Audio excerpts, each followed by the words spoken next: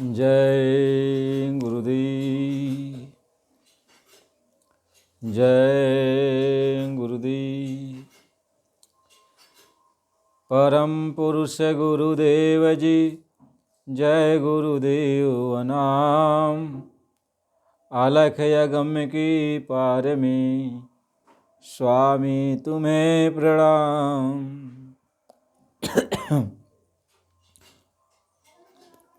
कोटि कोटि करु वंदना, अरब खरब प्रणाम। चरण कमल बिसरू नहीं, जय गुरुदेव नाम। परम पूज्य स्वामी जी महाराज के चरणों में कोट कोट प्रणाम।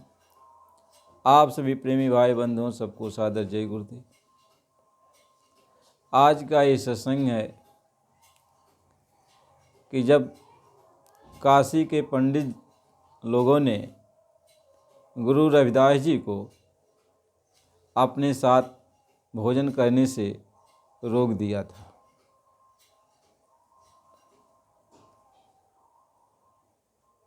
बात उस समय की है जब गुरु रविदास जी अपना जो है भगवान की भक्ति की जो महिमा गाते थे और भगवान की भक्ति का जो संदेश सबको सुनाते थे, तो उनके संदेश को सुन करके बड़े बड़े लोग, यहाँ तक कि राजा महाराजा तक भी उनके वचन को सुनने को आतुर हो जाते थे। सबको गुरु रविदास जी के वचन बहुत अच्छे लगते थे, क्योंकि वह उच्च कोटि के महात्मा थे, संत थे। तो उनके वचन बड़ी मिठास और हृदय को भाने वाले लगते थे। उनके वचन में किसी भी प्रकार का स्वार्थ नहीं था, छल कपट नहीं था। निर्मल भाव से जीव के हित के लिए, आत्म कल्याण के लिए जो भी वह उपदेश दिया करते थे, उसको सुनने के लिए जो कोई एक बार सुनता वह मजबूर हो जाता उनके वचन को सुनने के लिए। उसकी आत्मा बार बार खींची गुरु रविदास जी के पास चली जाती थी। अब गुरु रविदास जी का मंदिर लोगों ने बनवाया था। उनका जो आश्रम बना था काशी नगरी में, तो वहाँ पर जो भी श्रद्धालु वहाँ पे जाते काशी में, तो गुरु रविदास जी के मंदिर पे जरूर जाते थे और उनका दर्शन जरूर करते थे। तो काशी में जो और मंदिर बने हुए थे, जहाँ पंडित जी लोग और सारे विद्वान लोग, बड़े बड़े उच्च कोटि के सब रहा करते थे, लेकिन वो लोग ये सोचते थे कि मतलब लोग आवें, श्रद्धालु दर्शन करें, भेंट चढ़ावा करें, लेकिन लोग रविदास जी के पास न जाएं, क्योंकि रविदास जी जात के हरिजन हैं, चमार हैं।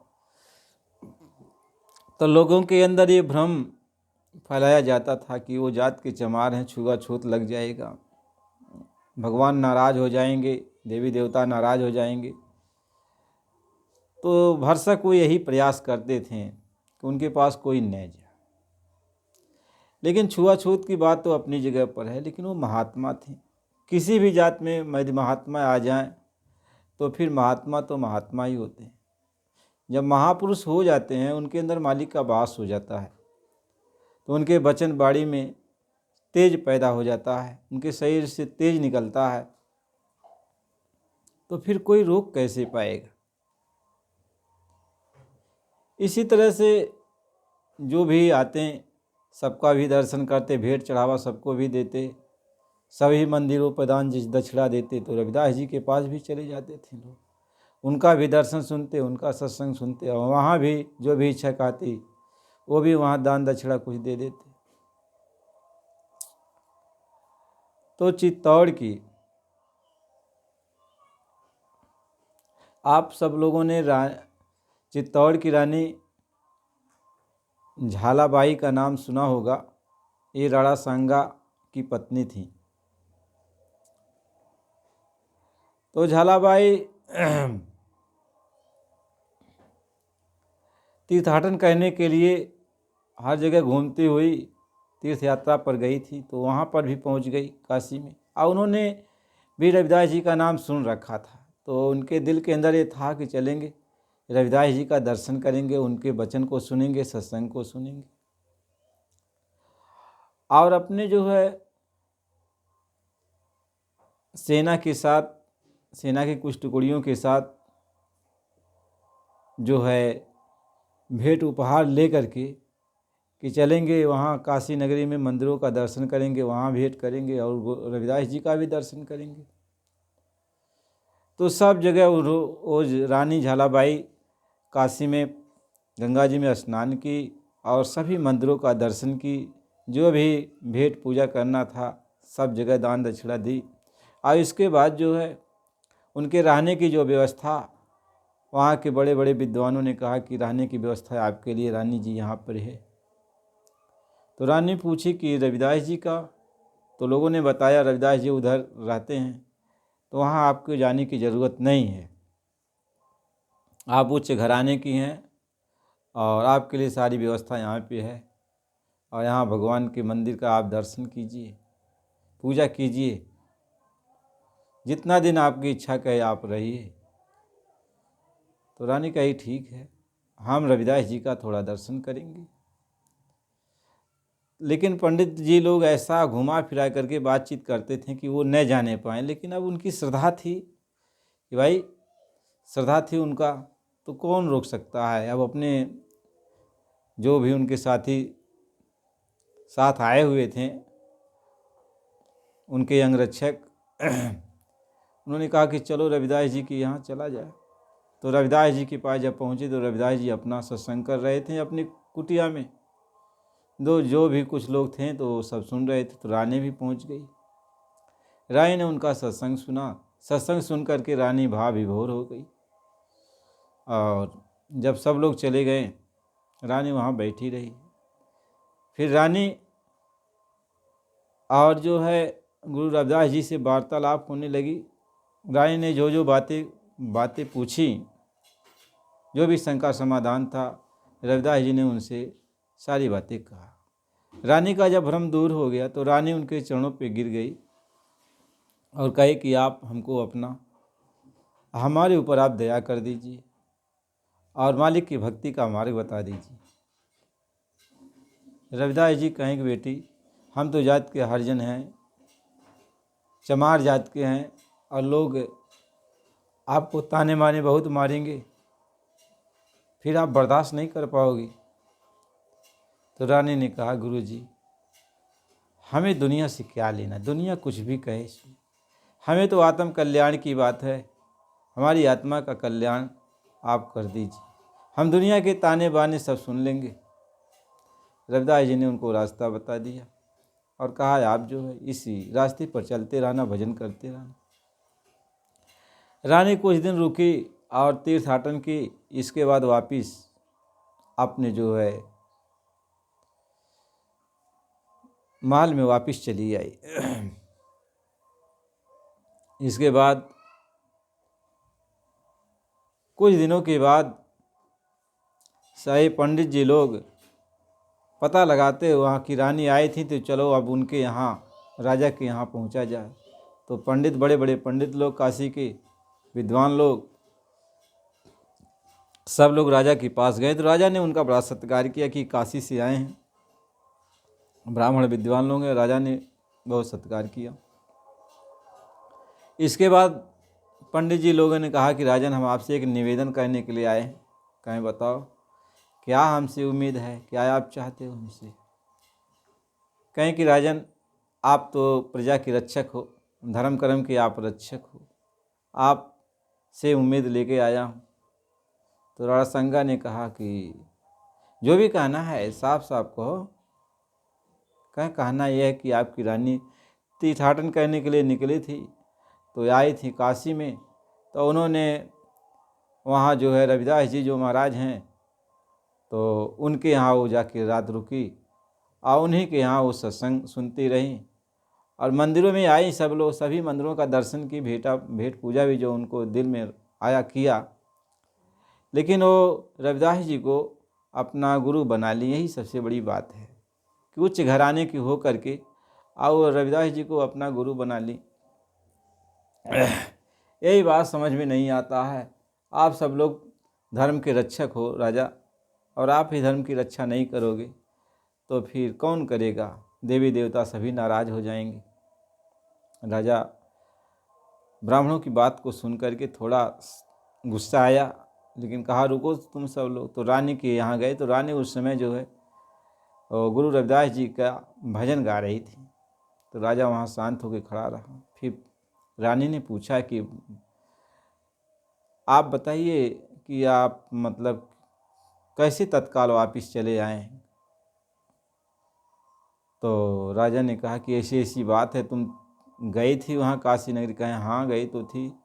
कहें वहाँ के पंडित लोग आए हैं, तुमने गुरु रविदास जी को अपना गुरु बना लिया?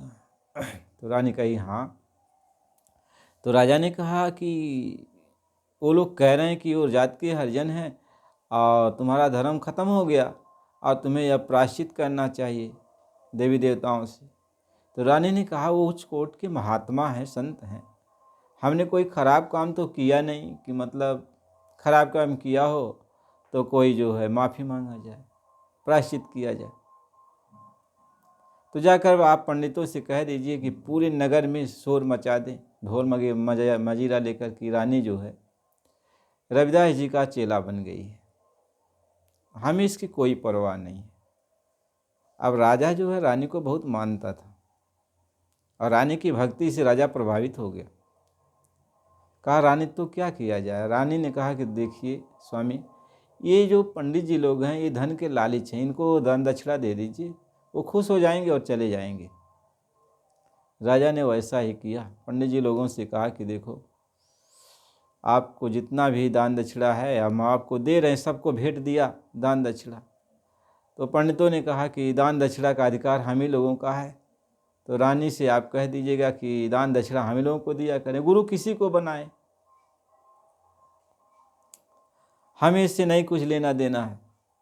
इसके बाद पंडित जी लोग चले गए। अब धीरे धीरे राजा के अंदर जो है भाव बन गया और वो भी रविदास जी से जाकर के दीक्षा ले ली। तो एक दिन राजा के मन में आया कि जो है अपने यहाँ जो है अब भोज किया जाए और गुरु जी को भी बुलाया जाए और सभी लोगों को बुलाया जाए। तो एक दिन राजा ने प्रजा में घोषणा करवा दिया नगर में कि मतलब आज हमारे यहाँ भंडारा, राजमहल में भंडारा होगा और सभी ब्राह्मण पंडित और नगरवासी सभी लोग आए भंडारे में शरीक हो जाए। तो सब लोग गए। तो काशी के ब्राह्मण पंडित विद्वान भी गए, सभी जगह के गए और रविदास जी भी वहाँ पहुँचे थे। तो सबकी पंगत एक साथ लगी। तो ब्राह्मणों ने कहा राजा से आप ये काम ठीक नहीं कर रहे हो, हम लोगों की पंक्ति में ये जो है रविदास जी को आप क्यों बैठा रहे हो? तो राजा जो है कुछ बोलना चाहते थे। रानी भी आ गई तो रानी भी कुछ कहना चाहती थी। तो रविदास जी ने कहा कि नहीं, राजा से कहा कि नहीं देखिए ये लोग ऊंचे कुल के बाद विद्वान हैं, ब्राह्मण हैं, इनको आप भोजन करवा दीजिए और हम कहीं भी बैठकर भोजन कर लेंगे। तो रानी तो नाराज़ हो गई, लेकिन रविदास जी ने उनको बहुत समझाया तो रानी मान गई। तो ब्राह्मण लोग तो बड़ा खुश हुए कि हम लोग का काम तो बन गया, अब हम लोगों की पंक्ति में नहीं बैठेंगे। जब यहाँ राजा के यहाँ से प्रतिबंध लग जाएगा तो फिर हम लोग सब जगह प्रतिबंध लगवा सकते हैं। तो हुआ क्या, जब ब्राह्मण लोग भोजन कर रहे थे तो ब्राह्मण लोगों के सामने ऐसा ही कि चमत्कार दिखाई पड़ा। ऐसा ब्राह्मणों ने देखा कि दो ब्राह्मणों के बीच में एक रविदास जी बैठे हुए, पंक्ति में जितने भी ब्राह्मण बैठे हुए थे सभी ब्राह्मणों के बीच में रविदास जी बैठे, सभी ब्राह्मणों के बीच में रविदास जी बैठे। सब लोग अपने अपने अपने पंक्ति में देख रहे हैं, कहें हर जगह रविदास। तो लोग तो आश्चर्यचकित हो गए। तो उन्होंने सभी ब्राह्मणों ने जान लिया कि रविदास जी कोई जो है ये साधारण संत नहीं है, बहुत उच्च कोटि के हैं, ईश्वर के अवतार ही हैं लगता है। इसलिए सब लोगों ने रविदास जी से अपना जो है माफ़ी मांगी कि मतलब हमने आपको बहुत कुछ बुरा भला कहा, हमें आप क्षमा करिएगा। रविदास जी ने कहा कि जात पात पूछे ना कोई, हरि को भजे सो हरि का होई। मालिक के दरबार में केवल भक्ति प्यार, तो भगवान के दरबार में केवल भक्ति प्यार है, वहाँ जात पात जो है नहीं चलता है। महात्मा लिखते हैं, कहते हैं हम बासी उस देश की, जहाँ जाति बरन कुल नाय। कहते हैं हम उस देश के वासी हैं जहाँ ये जाति वर्ण नहीं है, और शब्द मिलावा होए रहा देह मिलावा नाय। वहाँ यह देह नहीं जाती है, वहाँ जो देह है वह शब्द स्वरूपी है, वहाँ शब्द का मिलाप होता है। आत्मा भी शब्द है और परमात्मा भी शब्द है, वहाँ शब्द का मिलाप होता है। कहें हम बासी उस देश की, जहाँ पार ब्रह्म का खेल, दीपक जरे अगम का, अबिन बाती बिनती। क्या हम देश के वासी हैं जहाँ वो मालिक का खेल है, पार ब्रह्म का खेल। वहाँ सूरज उगता डूबता नहीं है, वहाँ तो हमेशा परम प्रकाश। कहीं परम प्रकाश रूप दिन राति, और ना चाहिए दिया घृत बाती। वहाँ तो हमेशा परम प्रकाश है, दिया बाती की कोई ज़रूरत नहीं, सुबह शाम वहाँ नहीं होता है। महात्मा समझाते हैं। तो रविदास जी का जो चरित्र है वह उच्च कोटि का है। हम सभी संतों महात्माओं को आदर सम्मान की दृष्टि से देखते हैं। रविदास जी ने यही शिक्षा दीक्षा दिया कि सबको एक समान। भगवान देखो, भगवान हम सबको समझाने के लिए, इसीलिए वो नाना प्रकार का रूप बनाते हैं और नाना प्रकार की सही धारण करते हैं। देखो जीव जंतुओं के लिए भगवान ने मछली का अवतार धारण किया कि देखो भगवान मछली मत्स्य रूप धारण किए हैं, इसलिए मछलियों को मत मारो, यानी भगवान समझो। भगवान ने कच्छप रूप धारण किया कि कछुआ भी का रूप भगवान का है, इसलिए इनको न मारो। भगवान ने नरसिंह रूप धारण किया कि मनुष्य को मत मारो और जीवों को मत मारो। भगवान ने नाना प्रकार का रूप बनाया। भगवान ने हवग्रीव का रूप धारण किया, बाराह का रूप धारण किया। लोग सुअर को मारते हैं तो वह भी कि भगवान ने ऐसा रूप धारण कर लिया, रूप धारण करके जो है भगवान ने जो है पृथ्वी को पाताल लोक से ले आए। तो आप इस जीव को भी मत मारो, यानी भगवान ने सभी जीवों का रूप ये समझाने की कोशिश किया कि सभी में मेरा ही रूप है, मुझको ही समझो, सबके ऊपर दया करो। भगवान ने यह चीज़ समझाने की कोशिश किया।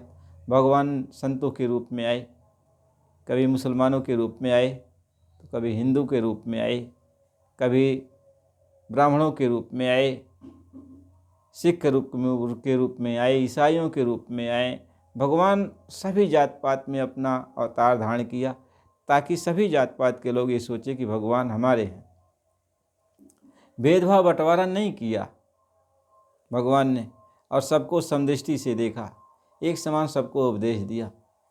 इसलिए कहा जात ने पूछे संत की, पूछ लीजिए ज्ञान, मोल करो तलवार की पड़ा रहन दो म्यान। यानी संतों की कोई जाति नहीं है, उनकी जात पात क्यों पूछते हो? उनके अंदर जो ज्ञान है उसको आप ले लो, जो वो आपको देना चाहते हैं उसको आप ले लो। तलवार से काम चलेगा, म्यान से नहीं। तो म्यान को पड़े रहने दो, जो उसमें तलवार है उससे अपना काम कर लो, जो भी आपको करना है। तो महात्मा इसी बात को समझाते हैं। इसलिए प्रेमी भाई बहनों, हमें आपको भक्ति भाव में लगना है। सत्संग बराबर सुनना चाहिए। सत्संग जब सुनोगे तो समझदारी अपने आप आएगी। जब समझदारी आएगी तो भक्ति भाव भजन बनने लगेगा। श्रद्धा जाग जाएगी मालिक के प्रति, भाव जाग जाएगा, भाव जाग जाएगा, श्रद्धा जाग जाएगी, प्यार मोहब्बत मालिक से हो गया तो काम बन जाएगा। जो काम लाखों वर्षों का है वो काम थोड़ी समय में बन जाएगा। इसलिए प्रेमी भाई बहनों, सत्संग को बराबर सुना करो, चैनल को लाइक और सब्सक्राइब करो। जय गुरुदेव। फिर अगला सत्संग आपको अगली वीडियो में मिलेगा। जय गुरुदेव।